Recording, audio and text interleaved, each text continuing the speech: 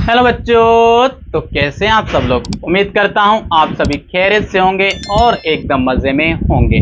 तो बच्चों, आज के इस वीडियो में जो हमारा टॉपिक है वो है रिप्रेजेंटेशन ऑफ सेट्स। क्योंकि बच्चों हमने ऑलरेडी पिछले लेक्चर में पढ़ा था कि सेट है क्या। तो मैं उम्मीद करता हूं कि सेट का जो कॉन्सेप्ट है वो आपको अच्छी तरह से समझ में आ गया होगा। तो बच्चों आइए इस वीडियो में हम पढ़ते हैं रिप्रेजेंटेशन ऑफ सेट्स। तो बच्चों, रिप्रेजेंटेशन ऑफ सेट का मतलब क्या है, सेट को रिप्रेजेंट करने या सेट को लिखने के कितने मेथड्स या कितने वेज हैं। तो बच्चों, सेट को लिखने या रिप्रेजेंट करने के हमारे पास 3 मेथड्स या 3 वेज हैं। तो आइए देखते हैं। There are 3 ways or methods to representing a set। तो सेट को लिखने के या रिप्रेजेंट करने के कितने मेथड्स हैं? 3 मेथड्स या 3 वेज हैं। तो आइए सबसे पहले नंबर 1 मेथड को देखते हैं और उसे समझते हैं। तो नंबर 1 मेथड है क्या? Descriptive method. तो बच्चों, नंबर 1 मेथड है डिस्क्रिप्टिव मेथड। और ये मेथड क्या कहता है? A set described with the help of statement is called descriptive method। ऐसा मेथड या ऐसा वे जिसमें हम सेट को डिस्क्राइब करें किसी स्टेटमेंट की हेल्प से, तो उस मेथड या उस वे को हम कहते हैं डिस्क्रिप्टिव मेथड या डिस्क्रिप्टिव फॉर्म। क्योंकि बच्चों उस मेथड में क्या करते हैं, हम सेट को डिस्क्राइब करने के लिए जस्ट एक स्टेटमेंट लिखते हैं और उस सेट में जो एक्चुअली एलिमेंट्स है ना उसे हम नहीं लिखते हैं। जस्ट उस सेट को डिस्क्राइब करने के लिए एक स्टेटमेंट लिखते हैं और हम समझ जाते हैं कि हम किस सेट या कौन से एलिमेंट्स या कौन से मेंबर्स की बात कर रहे हैं। तो बच्चों आइए अब डिस्क्रिप्टिव मेथड को कुछ एग्जाम्पल के जरिए हम समझते हैं। तो नंबर 1 एग्जाम्पल है हमारे पास the set of vowel letters of English alphabet. तो नंबर 1 एग्जाम्पल क्या कहता है? इंग्लिश अल्फाबेट में वावेल लेटर्स का सेट। तो आप देखिए, मैंने इस सेट को डिस्क्राइब करने के लिए जस्ट एक स्टेटमेंट लिखी है। क्या मैंने इस सेट को डिस्क्राइब करने के लिए इस सेट के एक्चुअली एलिमेंट्स लिखे हैं जो वावेल लेटर्स हैं? वो मैंने नहीं लिखे हैं।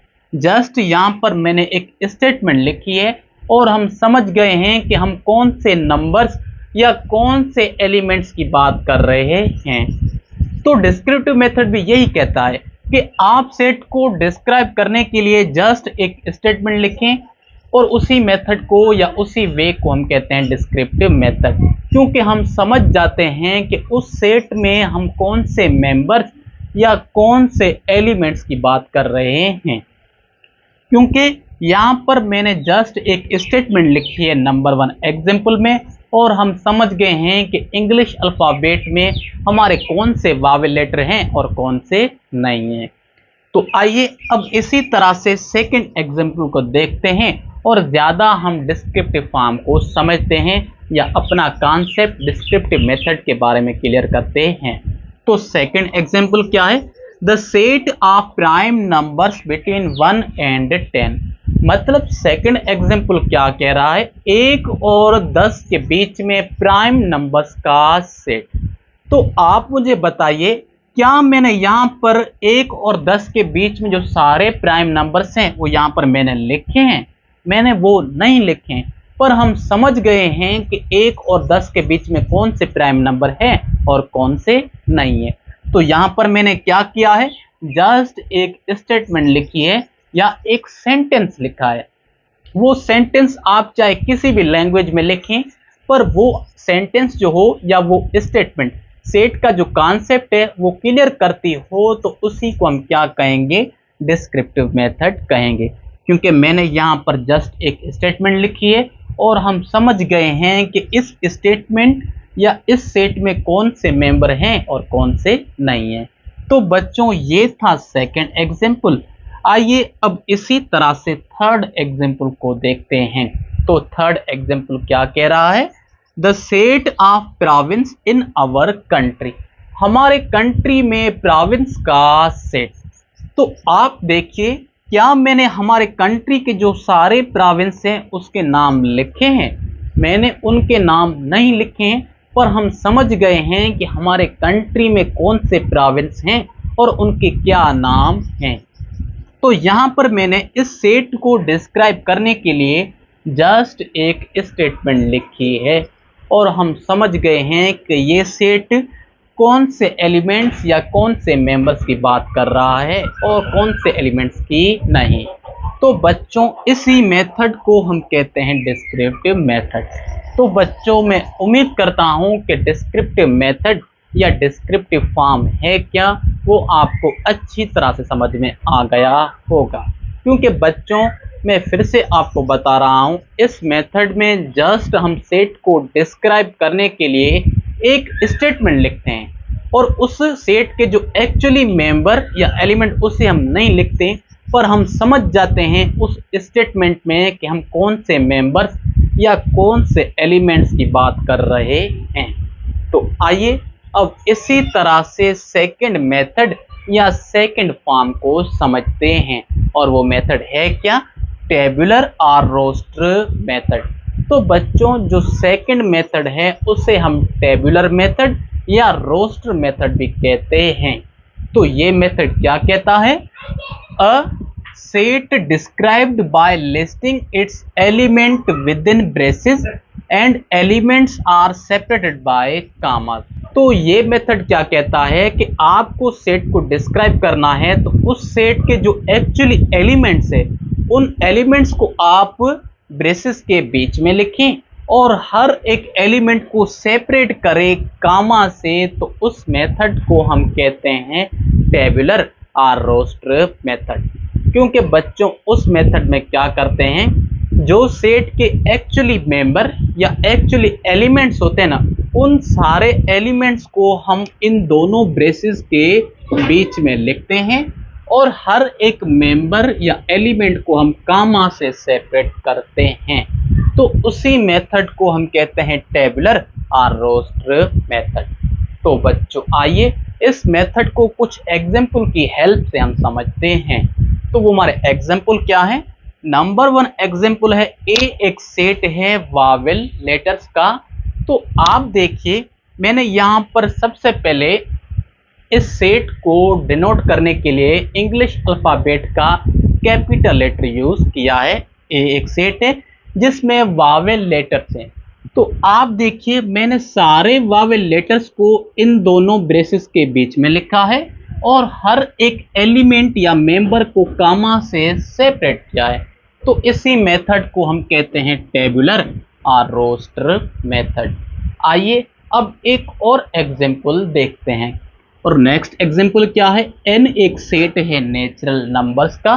तो आप देखिए बच्चों, यहाँ पर जो नेचुरल नंबर्स है उन सारे नेचुरल नंबर्स को मैंने इन दोनों ब्रेसेस के बीच में लिखा है, क्योंकि हम सारे नेचुरल नंबर्स को तो नहीं लिख सकते। तो स्टार्टिंग वाले मैंने 3 नंबर्स लिखे हैं, बाकी स्टार्टिंग में और लास्ट में मैंने ब्रेसेस लगा दिए। तो जो भी नेचुरल नंबर्स आएंगे वो इन ब्रेसेस के बीच में आएंगे और हर एक मेंबर को या एलिमेंट को मैंने यहाँ पर कामा से सेपरेट किया है। तो इसी मेथड या इसी तरीके को या इसी वे को हम क्या कहेंगे? टेबुलर और रोस्टर मेथड कहेंगे। तो बच्चों, मैं उम्मीद करता हूं कि टेबुलर मेथड या रोस्टर मेथड है क्या, वो आपको अच्छी तरह से समझ में आ गया होगा। अगर समझ में नहीं आया है तो आइए एक और एग्जाम्पल देखते हैं। तो यहाँ पर मैंने 4th एग्जाम्पल लिखा है, बी एक सेट है आपके 10th क्लास के सब्जेक्ट्स का। क्योंकि आप देखिए 10th क्लास में 7 सब्जेक्ट हैं या 7 बुक्स हैं, तो मैंने हर एक सब्जेक्ट को इन दोनों ब्रेसेस के बीच में लिखा है। क्योंकि 10th क्लास में कितने सब्जेक्ट हैं? 7 हैं। तो मैंने सारे सब्जेक्ट को इन दोनों ब्रेसेस के बीच में लिखा है और हर एक सब्जेक्ट को मैंने कामा से सेपरेट किया है। तो इस तरीके को या इस तरह से लिखने को हम क्या कहते हैं? टेबुलर और रोस्टर मेथड कहते हैं। तो बच्चों, मैं उम्मीद करता हूं कि ये डिस्क्रिप्टिव मेथड और ये टेबुलर मेथड या टेबुलर फॉर्म है क्या, वो आपको अच्छी तरह से समझ में आ गया होगा। तो बच्चों अगर आप इसे लिखना चाहें या इसे नोट करना चाहें तो जल्दी से नोट कर लें, तो फिर हम थर्ड मेथड को समझते हैं। तो बच्चों आइए देखते हैं थर्ड फॉर्म को, और थर्ड फॉर्म है कौन सा। तो बच्चों थर्ड फॉर्म का नाम है सेट बिल्डर फॉर्म।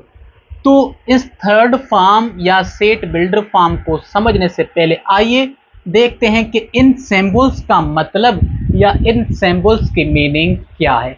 क्योंकि सेट बिल्डर फॉर्म में क्या होता है, हमें कोई भी सेट गिवन होता है, तो उस सेट को जब हम सेट बिल्डर फॉर्म में कन्वर्ट करते हैं या चेंज करते हैं, तो हम इन्हीं सिंबल्स का यूज करके उस गिवन सेट को सेट बिल्डर फॉर्म में चेंज या कन्वर्ट करते हैं। तो सबसे पहले इन सिंबल्स को देखेंगे और उसके बाद सेट बिल्डर फॉर्म को समझेंगे। तो बच्चों यहाँ पर ये जो फर्स्ट सिंबल है, इसके बारे में तो आपको ऑलरेडी पता है, क्योंकि इसका मतलब क्या है, इक्वल टू या बराबर है। और ये जो सेकंड सिंबल है, इसका मतलब क्या है, डज नॉट इक्वल टू या बराबर नहीं है। और ये जो थर्ड सिंबल है, इसका मतलब है बिलोंग्स टू। तो बिलोंग्स टू का मतलब क्या है, अगर हमारे पास कोई भी सेट है, लेट सपोज ए सेट है और उसमें मेंबर या एलिमेंट्स हैं ये 1 2 3 या पहले 3 नेचुरल नंबर्स, तो आप देखिए ये जो 1 एलिमेंट है वो किस से बिलोंग करेगा, ए सेट से बिलोंग करेगा, क्योंकि ये जो 1 एलिमेंट है वो ऑलरेडी ए सेट में प्रेजेंट है। अगर ये 1 ए सेट में नहीं होता तो हम इस फोर्थ सिंबल का यूज करते, क्योंकि इसका मतलब क्या है, डज नॉट बिलोंग्स टू, या कोई एलिमेंट इस ए सेट से ताल्लुक या वास्ता नहीं रखता। क्योंकि आप देखिए क्या इस ए सेट से 4 जो है वो बिलोंग करेगा, क्योंकि 4 जो है वो इस ए सेट में नहीं है, तो 4 जो है वो ए सेट से बिलोंग नहीं करेगा, या 4 does not belongs to set A. तो बच्चों इस सिंबल का मतलब क्या है, बिलोंग्स टू, और इसका मतलब क्या है, डज नॉट बिलोंग्स टू। और इसी तरह से ये जो सिंबल है स्लैश की, इसका मतलब क्या है, सच दैट या जैसे कि। और इसी तरह से ये जो सिंबल है उल्टी वे की, इसका मतलब क्या है, एंड। और ये जो सिंबल है इसका मतलब है लेस देन या छोटा है। और अगर इस सिंबल को मैं उल्टा कर दूं तो इसका मतलब क्या बनेगा, ग्रेटर देन या बड़ा है। और इसी तरह से अगर मैं इस लेस देन की सिंबल के नीचे अगर मैं थोड़ी सी लकीर या लाइन खींच दूं तो इसका मतलब क्या होगा, less than or equal to, छोटा या बराबर है। और इसी तरह से अगर मैं इस ग्रेटर देन सिंबल के नीचे से थोड़ी सी लाइन या लकीर खींच दूं तो इसका मतलब क्या होगा, greater than or equal to, बड़ा या बराबर है। और लास्ट में ये जो सिंबल है वी की, इसका मतलब क्या है, आर। तो बच्चों मोस्टली इन्हीं सारी सिंबल्स को यूज करके किसी भी गिवन सेट को सेट बिल्डर फॉर्म में कन्वर्ट करते हैं। और भी बहुत सारे सिंबल्स हैं, पर मोस्टली हम इन्हीं सारे सिंबल्स को यूज करते हैं। तो आइए अब देखते हैं सेट बिल्डर फॉर्म की डेफिनेशन, और उसके बाद हम 4 या 5 एग्जांपल्स सॉल्व करेंगे सेट बिल्डर फॉर्म की। तो बच्चों सेट बिल्डर फॉर्म की डेफिनेशन क्या है, a set is described by common characteristics of its element using symbol. तो बच्चों इसका मतलब क्या है, अगर हम किसी भी सेट को डिस्क्राइब करें एलिमेंट्स के कॉमन कैरेक्टरिस्टिक्स को सिंबल्स के जरिए, तो उस मेथड को हम कहते हैं सेट बिल्डर फॉर्म। क्योंकि उसमें क्या करते हैं, हम किसी भी सेट को चेंज करने के लिए हम सिंबल्स को यूज करते हैं। तो आइए अब सेट बिल्डर फॉर्म को एग्जांपल के जरिए समझते हैं। तो यहाँ पर ये जो नंबर 1 एग्जांपल है, ए एक सेट है जिसमें हमारे 6 से लेकर 9 तक 4 नेचुरल नंबर्स हैं। 6 से लेकर 9 तक पहले 4 नेचुरल नंबर्स। अब ये एक ए सेट है, ये है टेबुलर फॉर्म में, इसको हम चेंज करेंगे सेट बिल्डर फॉर्म में। तो इसको किस तरह से करेंगे, आइए देखिए।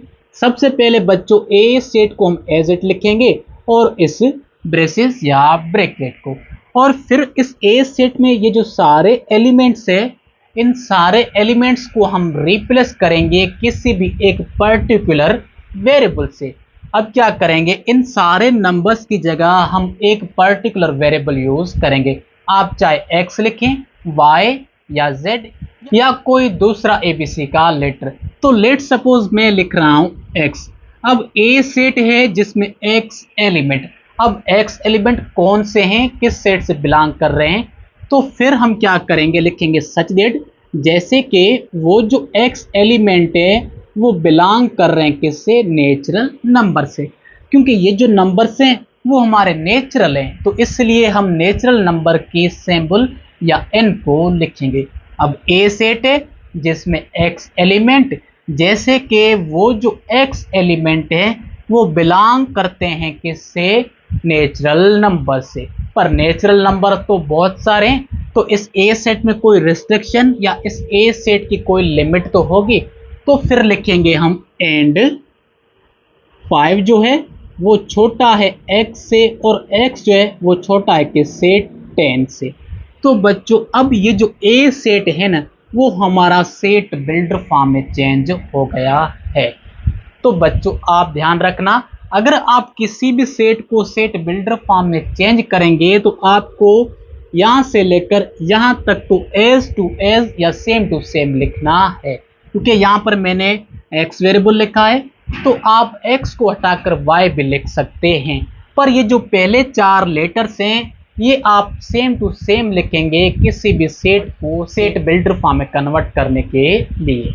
तो आइए अब इसी तरह से सेकंड नंबर या सेकंड एग्जांपल को चेंज करते हैं सेट बिल्डर फॉर्म में। तो आप देखिए ये जो सेकंड एग्जांपल है वो हमारा है डिस्क्रिप्टिव फॉर्म का या डिस्क्रिप्टिव मेथड का, और वो एग्जांपल क्या है, set of even numbers between 3 and 11।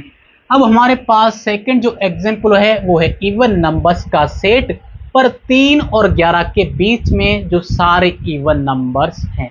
अब इस सेट को हम चेंज करेंगे सेट बिल्डर फॉर्म में। तो आइए कन्वर्ट करते हैं सॉल्यूशन। अब यहां पर हम लिखेंगे लेट सपोज डी एक सेट है। अब क्या करेंगे, इस सेट में जो सारे एलिमेंट्स होंगे उसकी जगह हम एक पर्टिकुलर वेरिएबल यूज करेंगे, जैसे कि यहाँ पर मैंने नंबर 1 एग्जांपल में x को यूज किया था। अगर यहाँ पर हम x यूज करेंगे तो यहाँ से लेकर यहाँ तक हम सेम टू सेम लिखेंगे। डी एक सेट है जिसमें x एलिमेंट, जैसे कि वो जो x एलिमेंट है बिलोंग करते हैं। अब इसमें कौन से नंबर है, इवन नंबर्स हैं, तो हमें पता है इवन नंबर्स को हम e से डिनोट करते हैं। तो डी एक सेट जिसमें x एलिमेंट, जैसे कि वो जो x एलिमेंट है बिलोंग करते हैं किससे, इवन नंबर से। पर इवन नंबर तो बहुत सारे हैं, तो इस डी सेट की कोई लिमिट तो होगी।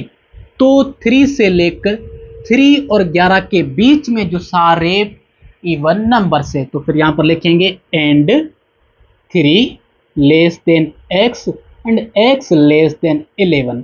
तो बच्चों अब ये जो सेकंड एग्जांपल था वो हमारा सेट बिल्डर फॉर्म में कन्वर्ट हो चुका है।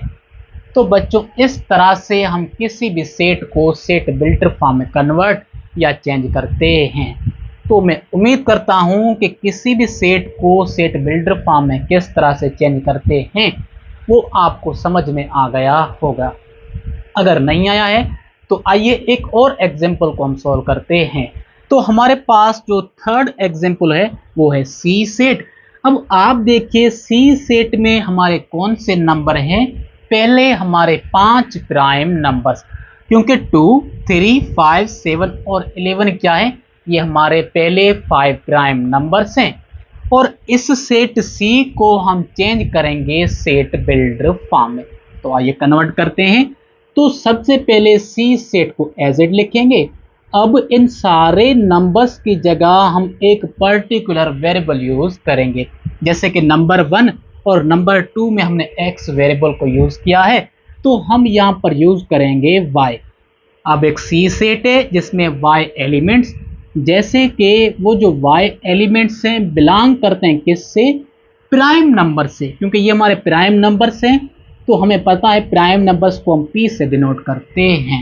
अब प्राइम नंबर्स तो बहुत सारे हैं तो इस सी सेट की कोई लिमिट तो होगी, तो फिर हम लिखेंगे एंड x जो है वो छोटा है किससे, 12 से, और 12 से छोटे हमारे सारे प्राइम नंबर्स।